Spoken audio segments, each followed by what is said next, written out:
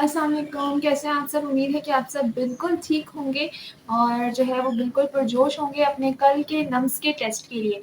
तो उसी नम्स के हवाले से मैंने सोचा कि एक और वीडियो जो हूँ वो आप लोगों के साथ शेयर कर देती हूँ, ताकि जो है आप लोगों की जो भी थोड़े बहुत दिमाग में सवालात हैं नम्स के हवाले से, नम्स के पैटर्न के हवाले से, उसके अलावा एमसीक्यूज़ टेक्निक्स के हवाले से कि किस तरीके से हम लोग जो है वो एमसीक्यूज़ को बहुत अच्छे तरीके से सॉल्व कर सकते हैं और किस तरीके से हमें जो है वो बहुत ज़्यादा अच्छे मार्क्स जो हैं हम एक्सपेक्ट कर सकते हैं कि हमने जितनी मेहनत की है उसी हिसाब से हमारे जो है वो अच्छे मार्क्स भी होंगे। ठीक है, तो उसी टॉपिक पर आज जो है वो हमारी वीडियो होने वाली है और ये वीडियो बहुत ज़्यादा इन्फॉर्मेटिव होगी, तो बिल्कुल भी एक एक पार्ट देखिएगा, मिस नहीं कीजिएगा। मेरी कोशिश होगी कि शॉर्ट टर्म वीडियो में आप लोगों के साथ हर एक चीज़ को डिस्कस कर लिया जाए। अच्छा, आप लोगों के लिए वीडियो के आखिर में कुछ इम्पॉर्टेंट मैसेज है, एक इम्पॉर्टेंट बात है, तो लाजमी वीडियो को स्किप नहीं कीजिएगा और एंड तक देखिएगा। एंड में मैंने आप लोगों से एक बहुत इंपॉर्टेंट चीज़ भी डिस्कस की है, तो चलते हैं वीडियो की तरफ।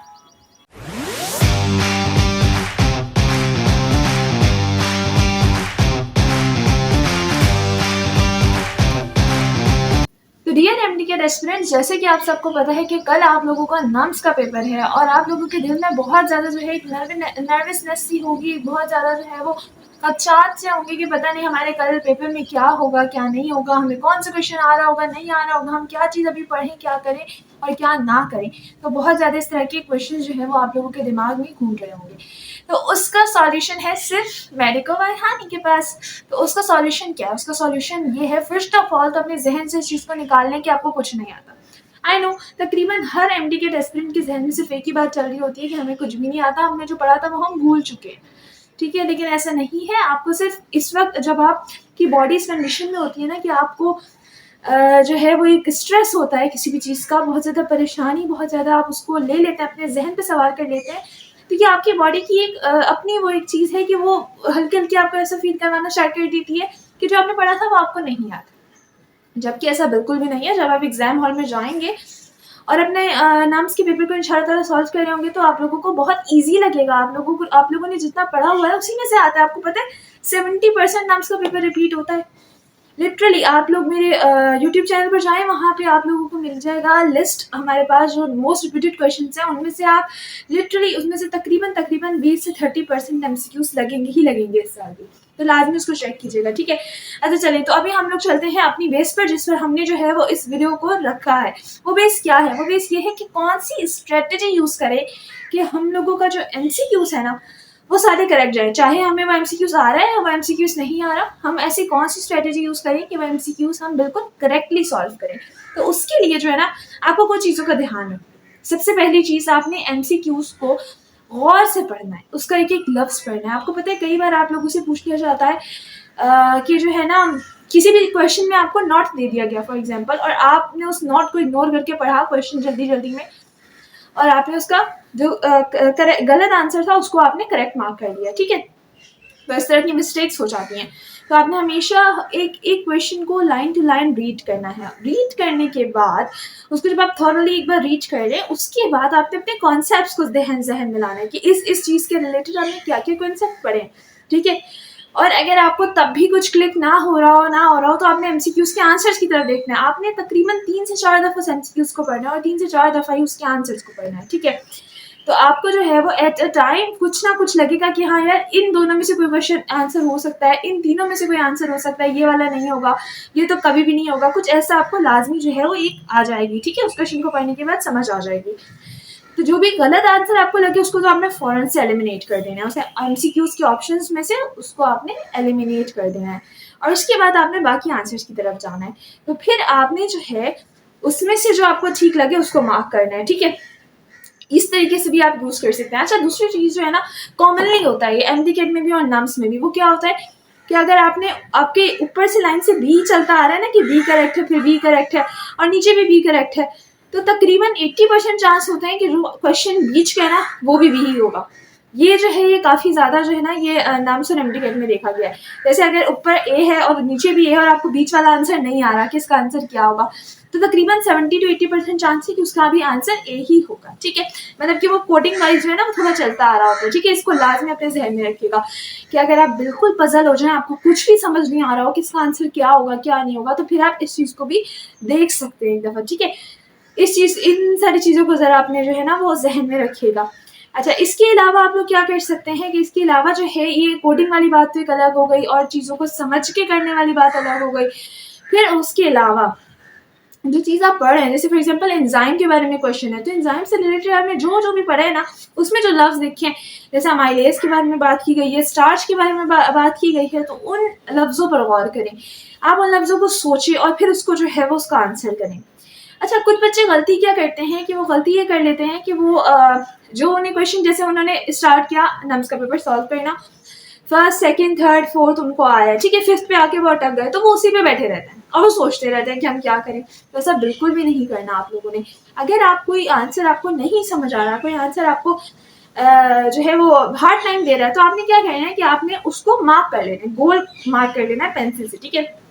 मार्क करने के बाद आपने अगले क्वेश्चन पर चले जाना है और उसको आपने बस अपने जहन में रखना है, मतलब कि उसका बोझ नहीं लेना जहन में कि यार मैंने एक सवाल नहीं किया, मैंने एक सवाल नहीं किया, आप बस उसको भूल जाए और अपने आगे के क्वेश्चंस को कैरी आउट रखें, ठीक है। क्योंकि जो स्टार्ट का टाइम होता है ना, उस टाइम आपका दिमाग थोड़ा सा पजल हुआ होता है, तो वो आंसर्स आप लोगों को जो कि आते हैं, जो आपने प्रैक्टिस किए हैं, वो न्यूमेरिकल जो आपको आते हैं, आपने प्रैक्टिस किए हैं, वो एट अ टाइम आप भूल रहे होते हैं। तो उसको बिल्कुल भी अभी आपको मार्क करने की जरूरत नहीं है, बिल्कुल जल्दी नहीं करें। ईच एमसीक्यूज को प्रॉपर टाइम दें और जो एमसीक्यूज नहीं आ रहा उसको लीव कर दें और आगे चले जाएं। तो जब आपका पेपर पूरा कंप्लीट हो जाए, फिर आपके पीछे कुछ ना कुछ एमसीक्यूज बच जाएंगे जितने भी आपको नहीं आ रहे, फिर आप एक एक करके उन एमसीक्यूज को सॉल्व करना स्टार्ट करेंगे, ठीक है।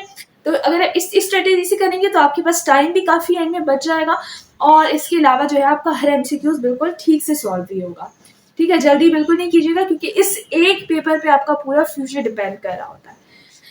उम्मीद है कि बच्चों को जो है वो ये सारी चीज़ें समझ आ गई होंगी कि किस तरीके से हमने पेपर की स्ट्रेटजी को लेकर चलना है, किस तरीके से हमने हर एक चीज़ को देखना है और उसको याद करना है। अच्छा, सेकंड थिंग मैं आप लोगों को एडवाइस करूंगी कि जिस दिन आप लोगों का पेपर है ना, एट अ टाइम लाइक जब आप लोग जा रहे हो तो आप लोग कुछ भी रिवाइज नहीं कीजिएगा, लेकिन उससे पहले जैसे आप सुबह 5 बजे उठे हैं, 4 बजे उठे हैं, तहज्जुद अदा करें और उसके बाद जो है वो पढ़ने बैठ जाए। वो पढ़ने क्या बैठना है, आपने अपने नोट्स वगैरह निकाल के नहीं बैठ जाना, बुक्स निकाल के नहीं बैठ जाना।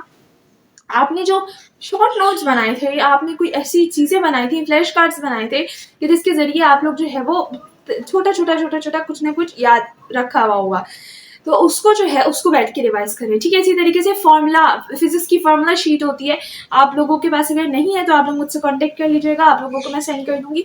उस फॉर्मूला शीट को एक बार रिव्यू कर लें, उससे आपके पास सारे एमसीक्यू न्यूमेरिकल्स के जो फॉर्मूलाज हैं वो रिलेट हो जाएंगे और उन्हीं फॉर्मूलाज से डिराइव होकर भी आपके पास कई बार क्वेश्चंस पूछ लिए जाते हैं, तो वो क्वेश्चंस भी आप लोगों को इजीली सॉल्व हो जाएंगे, ठीक है। तो फिर जो लाइक सुबह के टाइम में आप लोगों ने ना इस तरीके से छोटी मोटी चीज़ें पढ़नी है। कुछ लोग बोलते हैं सुबह को नहीं पढ़े हैं आप सब भूल जाएंगे, ऐसा कुछ भी नहीं होता। आप जो पढ़े वो आपके दिमाग में बैठ रहा है, ठीक है, तो भूलते आप कुछ भी नहीं है, जो आप पढ़ रहे हैं वो आपके दिमाग में है इस वक्त भी। तो इस तरीके से आप लोगों ने जो है वो अपनी नम्स वाले दिन की रूटीन को लेकर चलना है, ठीक है। और लेकिन जब आप जा रहे हो, रास्ते में हो, तो फिर बस आप जो है वो जो भी आपकी आयात वगैरह है ये सब कुछ जो है वो पढ़ते रहे, लेकिन अपना जो है सब्जेक्ट का या भी नम्स का जो भी आपका है वो मत पढ़ें, ठीक है। इस चीज़ को याद रखिएगा और जो है वो सुबह ब्रेकफास्ट भी अच्छा करके जाइएगा, क्योंकि अगर आप लोगों की बॉडी के अंदर एनर्जी नहीं होगी ना तो फिर आप लोग कुछ भी नहीं कर सकेंगे। अच्छा, इसके अलावा कि आप लोगों ने जाना कब है और नम्स का पेपर को सॉल्व पहले हम कौन सा पोर्शन करें, क्या हम पहले फिजिक्स की तरफ आए या पहले हम केमिस्ट्री की तरफ आए, तो अब हम उसके बारे में बात करते हैं, ठीक है। सबसे पहले तो आप लोगों ने जाना कब है। तकरीबन आप लोगों का पेपर 10 बजे स्टार्ट है और 1 बजे आई थिंक ख़त्म है, ठीक है। तो आप लोगों ने कब जाना है, आप लोगों ने तकरीबन 7-8 बजे तक घर से निकल जाना है, ठीक है, ताकि अगर आप लोगों का सेंटर के एट द एंड में ना, बिल्कुल एंड वाले टाइम में जो 1 घंटा होता है बहुत ज़्यादा रश हो जाता है, तो कई बार अंदर जाने से मना कर देता है, तो ये सारे सीन हो जाते हैं। तो इससे बचने के लिए आप लोग जो है वो थोड़ा सा पहले ही टाइम से चले जाएं, ठीक है। उसके अलावा लेकर क्या जाना है, अगर तो आपका CNIC बना हुआ है और आप 18+ हैं तो अपना CNIC लेकर जाएंगे और उसके साथ साथ आप लोग जो है वो एक पेन, एक पेंसिल और एक वाटर बॉटल लेकर जाएंगे, ठीक है। वैसे वहाँ पर वो प्रोवाइड करते हैं, लेकिन कई टाइम जो है वो नहीं भी प्रोवाइड होता, ठीक है। लाइक आप लोग एज अ सेफ साइड रहें तो आप लोग जो है वो उसको लेकर जाएं, ठीक है। उसके अलावा जो है आप लोगों ने CNIC लेके जाना है और जो है वो अपना एडमिट कार्ड लेके जाना है जो आपको नम्स की वेबसाइट से मिला, उसकी हार्ड कॉपी करवा के, ठीक है। और अगर आप लोग 18+ नहीं है और आपका CNIC नहीं बना हुआ है तो अपना बेफॉर्म लेकर जाएंगे, ठीक है। बेफॉर्म की फोटो कॉपी और अपना ओरिजिनल रख लीजिएगा साथ, क्योंकि कई बार वो ओरिजिनल मांगते हैं। बेफॉर्म बल्कि ओरिजिनल ही लेके चले जाइएगा, बेफॉर्म ओरिजिनल लेकर जाएंगे। और इसके साथ साथ जो है आप लोग अपना एडमिट कार्ड की कॉपी लेके जाएंगे और मैट्रिक की मार्कशीट भी लाजमी अपने साथ रख लीजिएगा, ठीक है। जो जिनका CNIC नहीं बना हुआ उनको ये सब चीज़ें प्रेफर कर रही हूँ, ठीक है। तो आप लोगों ने जो है वो इस तरीके से जाना है और वहाँ पर बिल्कुल कामली जाके बैठ जाना है, अपना आराम से पेपर सॉल्व करना है। कोई आपको टेंशन नहीं होनी चाहिए किसी भी चीज़ की, ईजिली आप लोगों ने पेपर सॉल्व करना है। मुझे यकीन है कि इंशाल्लाह ताला आप लोगों के पेपर्स बहुत बहुत ज़्यादा जो है वो अच्छे जाएंगे। तो पहले कौन सा पेपर सॉल्व करना है, पहले कौन सा नहीं करना, वो सिर्फ आप लोगों पर खुद डिपेंड करता है। अगर मैं आपको कह दूं कि आप लोगों ने केमिस्ट्री पहले सॉल्व करना है और केमिस्ट्री आपको टफ नहीं लगता, उससे ज़्यादा टफ आपको फिजिक्स लगता है, तो पहले फिजिक्स सॉल्व करनी, ठीक है। जो आपको टफेस्ट लगता है ना वो सबसे पहले, फिर उससे कम और फिर लास्ट में जो आपको ईजी लगता है। आई थिंक ज़्यादातर मेडिकल के बच्चों को बायो ही ईजी लगता है, तो बायो आप एंड में कर लें। और सबसे पहले जो आपको लगता है कि यार मैं ये भूलना चाहूँ, मुझे इस सब चीज़ों में ना मतलब इस नर्वसनेस में, इस टेंशन में मैं इस चीज़ को भूलना चाहूँ, तो वो आप पहले कर लें, ठीक है। इन चीज़ों को जो है वो ज़रा अपने जहन में रखिएगा अच्छे से। और जो फार्मूलाज आप भूल जाते हैं उनको एक दिन पहले, आज का दिन आपके पास है, उन फार्मूलाज को अपने पास लिख के रख लें ताकि आप उनको टाइम टू टाइम रिवाइज करते रहें। टेंशन लेने से कुछ भी नहीं होगा, सिर्फ आपके मार्क्स पर वो टेंशन अफेक्ट करेगी, ठीक है। तो टेंशन नहीं लेनी, बिल्कुल रिलैक्स, बिल्कुल कामली। सिर्फ आप नहीं है, आपके साथ पता नहीं कितने लाखों बच्चे हैं जिनका कल नम्स का पेपर है, ठीक है। तो इस वजह से जो है वो बिल्कुल भी अपने ऊपर किसी भी चीज़ को सवाल करने की ज़रूरत नहीं है। बिल्कुल ईजी होके, काम होके आप जाएंगे, अपना पेपर अटेम्प्ट करेंगे इंशाल्लाह ताला। और आपका पेपर, मुझे उम्मीद है कि मेरे सारे बच्चों का पेपर्स बहुत ज़्यादा जो है वो अच्छे होंगे, तो बिल्कुल भी टेंशन नहीं लीजिएगा, ठीक है। और ईजी होकर जाइएगा। उम्मीद है कि आपको जो है वो ये वीडियो पसंद आई होगी। एक और छोटी सी अनाउंसमेंट जो कि मैंने आखिर में करनी थी वो ये है कि मेडिको बाय हानी की तरफ से एक मॉक टेस्ट चलाया जा रहा है जो कि MD कैट के लिए है बेसिकली, ठीक है। 22 को आपका MD कैट है, तो उसके लिए जो है वो मॉक टेस्ट सेशन चलाया जा रहा है जिसमें टोटल 9 टेस्ट होंगे। हर एक टेस्ट 200 MCQs पर मुश्तमिल होगा, ठीक है। हर एक टेस्ट यानी कि टोटल 1800 MCQs आपको मिल रहे हैं। पूरा उसका स्केड्यूल है, ठीक है। वो 7 सितंबर से स्टार्ट हो रहा है, आई थिंक, और 20 सितंबर तक वो चलेगा टेस्ट ना। सारे थोड़े थोड़े दिन का गैप है बीच में, ताकि आप लोग अच्छे से अपनी प्रैक्टिस को और ज़्यादा मजबूत कर सके। और वो test according to the PMDC syllabus होगा। उसके अलावा उस टेस्ट के अंदर जो है वो पास्ट पेपर्स भी इंक्लूड किए जाएंगे, इंपॉर्टेंट MCQs भी जो है वो इंक्लूड किए जाएंगे। तो काफ़ी अच्छा वो सेशन है। और उसकी फ़ीस कितनी है? 1000 रुपीज़ नहीं, 500 नहीं, जस्ट 300 फीस इसलिए रखी गई है ताकि हर बच्चा उसको अफोर्ड करे और अपनी रजिस्ट्रेशन करवाए और उससे जो है वो फ़ायदा उठा सके, ठीक है। तो लाजमी जो है इस नंबर पर मैसेज करके आप अपनी मुझे लिख दीजिएगा कि मॉक टेस्ट रजिस्ट्रेशन करवानी है। तो इंशाल्लाह ताला वहाँ पे जो है वो आप लोगों से कांटेक्ट कर लेंगे और फिर जो है इंशाल्लाह ताला आपको रजिस्टर कर लेंगे। जस्ट 300 रुपीज़ है, ठीक है। तो best of luck to all NUMS aspirant.